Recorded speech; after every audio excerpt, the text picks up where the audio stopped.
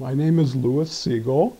I am Professor Emeritus of Biochemistry, I guess Vice Provost Emeritus, and Dean of the Graduate School Emeritus.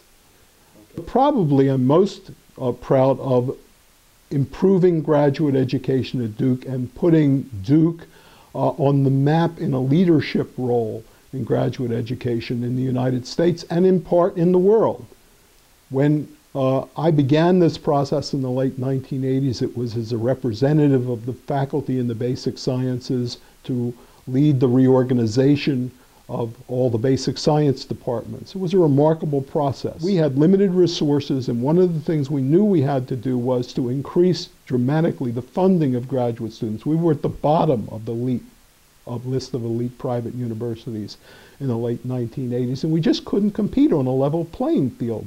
And we were the first university to say, look, let it all hang out. We put all of our data as to what happened to our graduates on the web so students would know what were happening. And that is now almost universal. But we were the first private university to do this. We were the first one to institute childcare for female graduate students. I was elected chair of the governing body of graduate schools in the United States, the Council of Graduate Schools.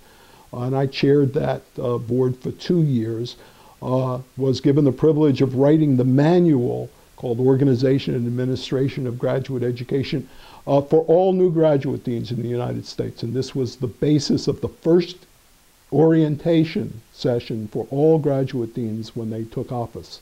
We will, in the fall of 2011, institute a totally new graduate record exam, one of which that abolishes all of this esoteric vocabulary stuff, and in the verbal process tries to do reasoning based on analyzing reading materials, paragraphs, short snatches that are graduate level material. On the quantitative part, heavily much more emphasizes actually looking at data and trying to analyze it, the kind of thing you might actually do in graduate school. Well, the particularly special thing about Duke was here's a campus that is young, in which there are a lot of interactions across the campus, in which there is real flexibility and openness to try new things. This allowed a lot of experimentation and new things to happen that, in my experience, I've looked at a lot of programs throughout this country, just is pretty rare. My wife is Judith. We have 3 sons. We have our first granddaughter, but we're really enjoying that. That's quite a novel thing after 3 sons and 4 male grandchildren.